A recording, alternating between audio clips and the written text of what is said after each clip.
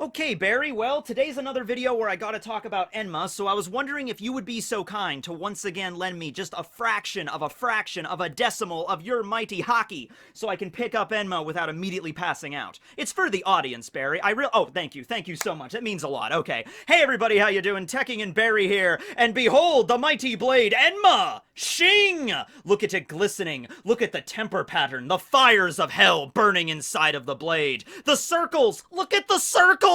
Okay, the ultimate blade of all of Wano. Next to Ame no Habakiri and Shusui, I guess. Although I will say, even though they are all Owazamono grade swords, Enma, Shusui, and Ame no Habakiri, there isn't a blade that sucks quite as much as Enma, and that is certainly true, okay? So, yeah, I guess I should mention right away, because we did get the episode where Zoro got Enma a few weeks ago in the anime. I think it was episode 956.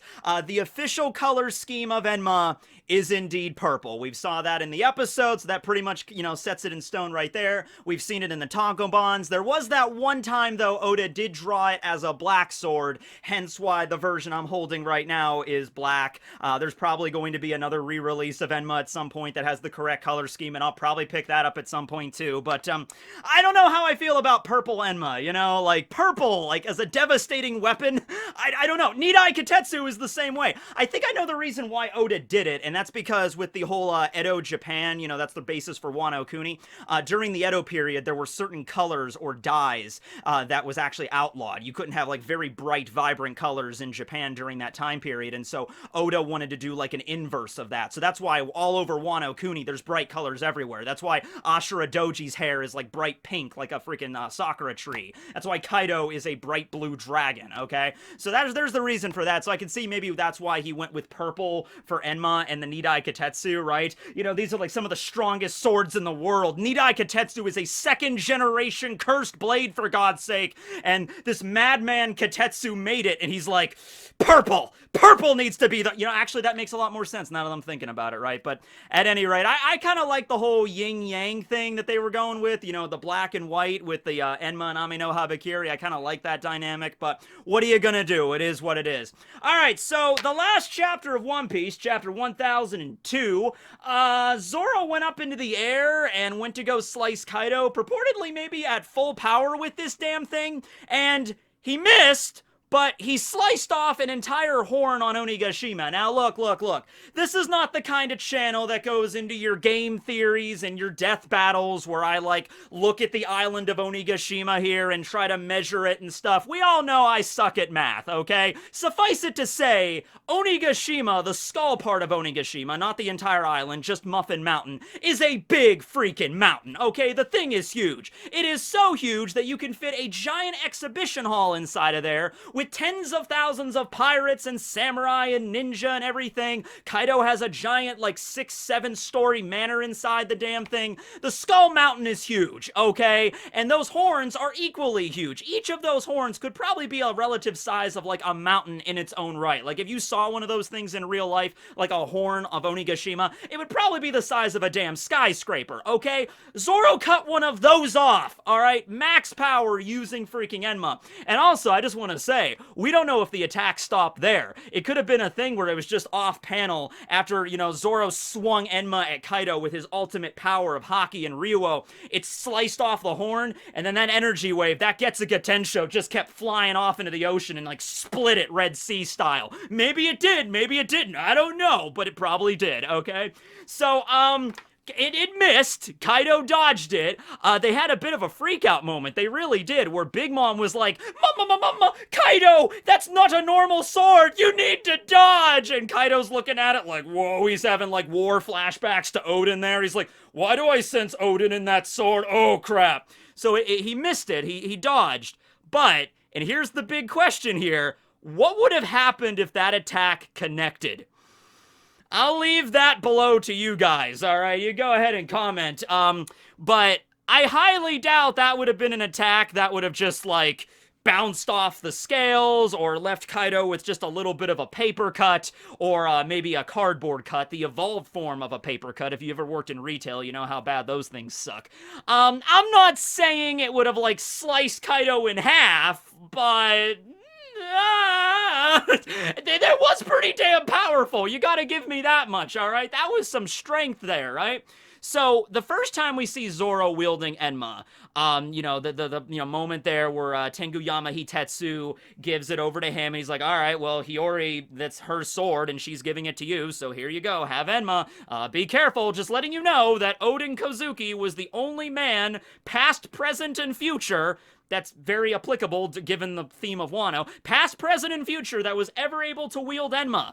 All right, no one else can do it, so try to cut one of those trees over there and see what happens. And so Zoro, he takes off his kimono there, he pulls out the sword, he's kind of like looking at it, and he's just like, okay, and then he goes to slice the freaking tree, and the entire top of a cliff falls out. It's way more badass in the anime, because it's like you see the fire, like the sheer force of the friction when that Haki wave gets discharged from the sword. It hits the ground and just ignites it, like there, and the whole freaking cliff pops off like poof!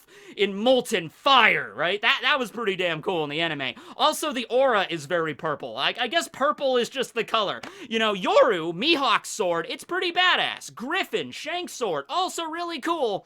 But they're not purple. Does Griffin give off purple aura? No. Does Yoru give off purple aura? No, I don't think it does. So, Enma is just cooler, right? So that was when Zoro had no training with Enma whatsoever. That was before Zoro even understood what the threat of Enma was. Because no one gave Zoro a tutorial here. Tenguyama or Kinemon were not in the back. Like, Kinemon said, like, Zoro, if I was you, I just wouldn't take that sword. It's too dangerous. They warned him it was dangerous, but none of them said to Zoro, by the way, Zoro, this sword will suck out your Haki. Like, a lot of it. If you're not careful, you will be reduced to a dried out husk on the ground. It's like a gluttonous sword, so be careful. No one warned Zoro about that. He just walked over and just, like, focused and just did the same thing he always does, like he's Mr. Bushido and everything, and just like, ah! And then the sword, sucked out his Haki, and he had to pull like a little bit of a tug-of-war contest with it. He's like, give it back! And then he gets it back, right?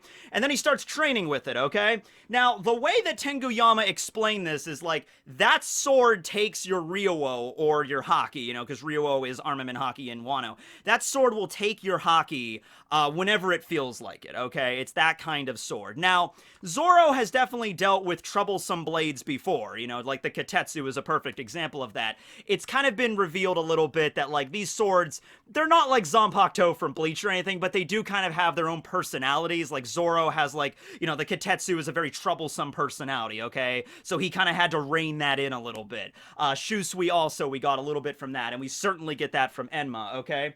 So, I think, considering when the battle starts in Onigashima, like when the Straw Hats are taking out that front fortress, and then they were also charging through Onigashima, right, just taking out the low-level, riffraff of Kaido's crew and everything, you saw Zoro using Enma. Zoro was using Enma there. I thought he was going to keep it sheathed. I thought he was going to keep it sheathed until he fought Kaido. But no, we see him charging through with his swords, and he has Enma, and he's using it and everything.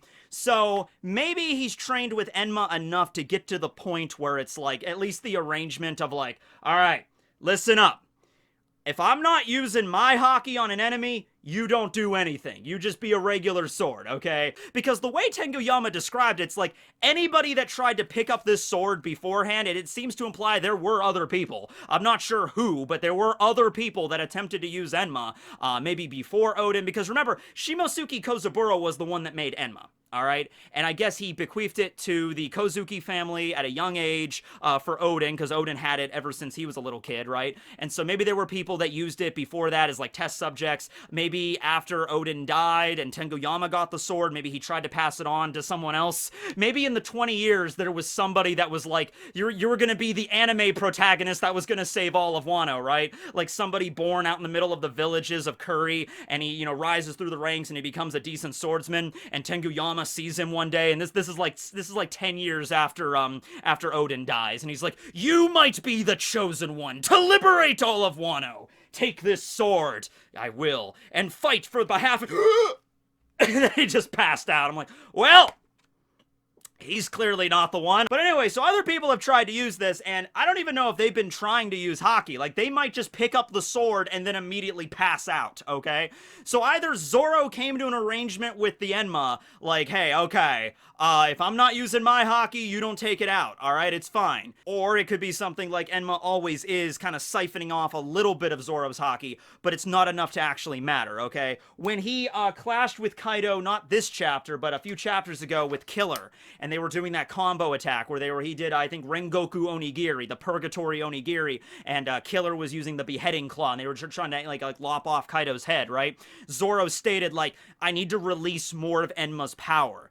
That got me thinking maybe at this point in Zoro and Enma's, like, relationship, I guess, maybe it's more of a give or take. Give and take, I should say, where it's like if Zoro puts in like 50% of his Haki, then Enma will try to take out the other 50%, and they gotta do that like exchange and it, whatever. There might be more of an arrangement now where Zoro's kind of like has like a budget with the Haki or whatever, okay? Because the way he described it, it's like, I need to release more of Enma's power. Like, I can release more of its power. It's not completely unpredictable. I can predict the amount of power it's going to output, but it's more dangerous the more power I pour into it. The more Haki I put into this sword, the more ravenous it becomes, and the more it tries to take the Haki out of me. And I can't be left with no Haki, because then I'll be on the ground, passed out, and I'll be weakened, and I won't be able to protect myself from, let's say, a giant electric attack from Big Mom. You know, odds are, what's that gonna happen? But it did. So, yeah, but last chapter, chapter 1002, I feel like at that point, Zoro was like seeing everything that like Luffy and Kid and Law were doing. Luffy was busting out the Kong rifle, Kid was doing the Slam Gibson, Law did a Gamma knife. Zoro's seeing all that, and he's just like, all right, okay, I gotta get in on this. All right, look, I know this is a risk. This is a big, you know, like a high cost, high return reward thing, but I gotta do it, all right? I gotta just pour all my Haki into this damn thing and then swing it and yell and just hope for the best. Tsunachi! And then he goes to swing it, and if that wasn't full power Enma, the attack last chapter that sliced the horn off, it's gotta be pretty damn close to that. I'm gonna say it was. Like, for right now, for all intents and purposes, and the way that Kaido and Big Mom were freaking out over that attack, I'm gonna say that was like Enma at its strongest, okay? And as I described in the review, I think it's really more of like a spike in Zoro's power, where Enma certainly augments that, like, most definitely.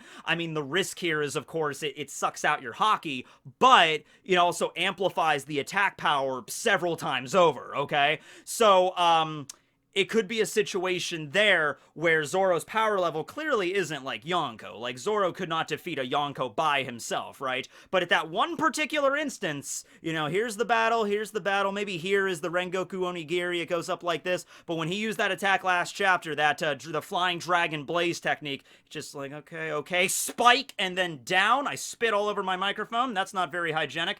But anyway, yeah, spike and then down, and then Zoro's, like, Haki is depleted, and he was falling out of the sky there, and he was kind of like wheezing and coughing and like, oh, damn it, I missed. And then he gets struck by lightning. Then he gets struck by Big Mom, okay? So that's not looking good. I'm really worried about Zoro, honestly, because if he didn't have the Haki to protect himself, and it really didn't look like he did, he's not dead or anything, but he might be maybe knocked out for a few seconds. For Zoro, that's like only a few seconds. He might get back up, and he's like, okay. And it's gonna probably be maybe something similar to Luffy at Dressrosa, when Luffy went Gear 4th Bound Man against Doflamingo, and he's fighting in Gear 4th and everything, and using the Culverian and the Rhino Schneider and everything.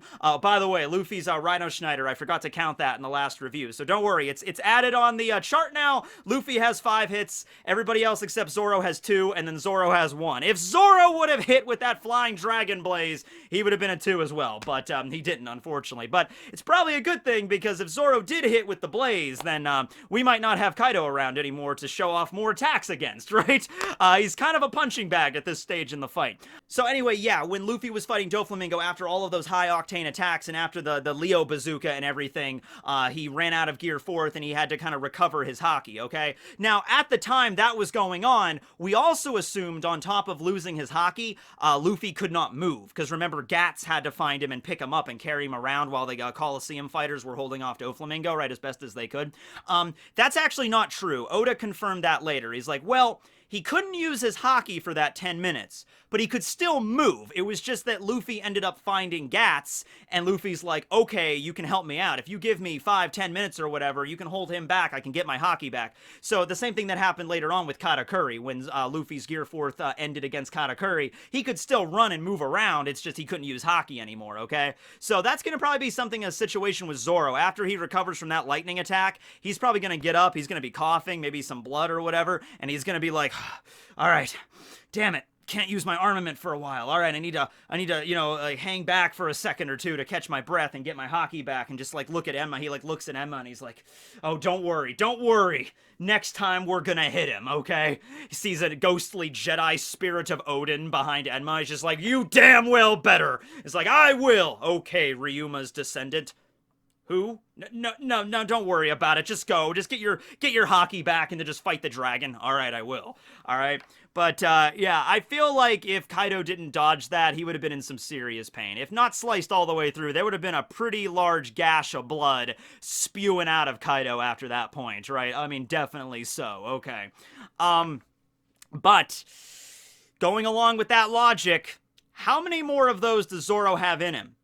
That's the question. I don't think there's very many left. I mean, Zoro, okay, the first one he tried, he was kind of not at full power. He had taken some hits prior to that. He had fought through some of the headliners, so he wasn't at like 100%, but he was pretty close, okay? Now he's no longer at 100%. Now he's fighting against Kaido, he's winded a little bit, and he's have a lot of Haki drained out of him, okay? So maybe 2-3 more chances with that? I don't know. Maybe he could bust out one more that'll actually hit Kaido and wound him severely, but it won't be enough to take him down. And then, you know, Zoro gets weakened again. He's like, whew, okay. All right, wow, 2 of those. Man, that really drains you. All right, one more. Let's do this. Come on, Enma. You know, one more like that, and maybe then, you know, Kaido would be taken down, like the finishing blow or something. But I don't see Zoro being able to bust out more than like 3 of those in a single fight without just passing out, you know, going into a coma or something, right? One last thing I wanted to bring up. One more thing I wanted to address here, okay? So this is regarding the statement that Hitetsu made to Zoro about evolving Enma even further. It could still become a Black Blade, a Kokuto. Something that always bugged me about that was Odin. Kozuki Odin, if you don't know which Odin I refer to. Kozuki Odin had this sword for his entire life. Pretty much since he was a little kid, he had this sword, Ename no Habakiri. And he cut down a mountain deity, he cut down Ashura Doji that one time, he was on Whitebeard's crew with this sword, he was on Roger's crew with this sword, he clashed with Roger with this sword. In all those years, and he fought Kaido with this sword, in all those years, he wasn't able to make it a Kokuto.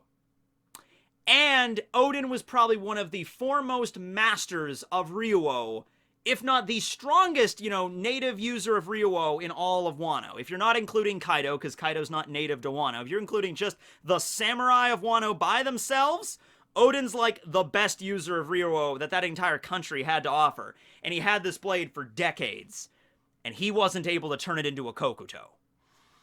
Alright, that's always bugged me, because up until now, I always assumed the requisite for being a Kokuto was like, oh, just, you know, master Haki, and just if you pour enough Haki into your sword, if you pour enough armament into your blade, over the years, it'll just stick as a Black Blade. Alright? Well, that's clearly not the case, because Odin, knowing him, he probably mastered Haki at the age of like 4, so maybe not that ridiculous, but he certainly mastered it at a young age, right? Mastered Haki at a young age, and he's using Haki all the time with his swords, and they never turned into Kokuto, okay? So that throws a wrench in the works right there. That makes it a little bit confusing. It's like, all right, so if that's not the requisite, then what is? Is it maybe not so much the Haki you put into the blade, but the Haki that it's cutting through? Okay, maybe that's something. So you pour your Haki into the blade, that's not the thing that makes it a Kokuto. But if your Haki is super strong, and it's fighting against, it's clashing with other Haki that's also equally strong, maybe that clash will be the moment where the sword turns into a Black Blade. Also, going in even further than this, Whitebeard's Murakumo Giri was not a Black Blade. Roger's sword, which we've yet to know the name of, but I've been taken to calling it the Grande Mustache. Roger's sword also, not a black blade in its regular form. He had to use, like, Haki on it when he clashed with Whitebeard and everything, and, you know, they added Haki to it later. They were also not black swords. So, what is this? What is this? Mihawk has one. Shusui was one.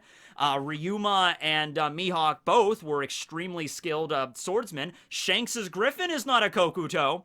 So that makes me start thinking maybe the Kokuto thing, it's an optional thing. Like, you know, like you can be one of the strongest swordsmen in the world without having a Kokuto. I mean, the existence of Griffin and the existence of Murakumo Giri and the existence of Grande Mustache, named to be added, are proof of that, right? Because when Roger was clashing with Whitebeard that time on that island during Odin's flashback, that was like when they were at their peak physical health, okay? That was, I think, Roger even was a little sick at that point, so maybe he was a little weak, but Whitebeard was certainly at his peak physical health there.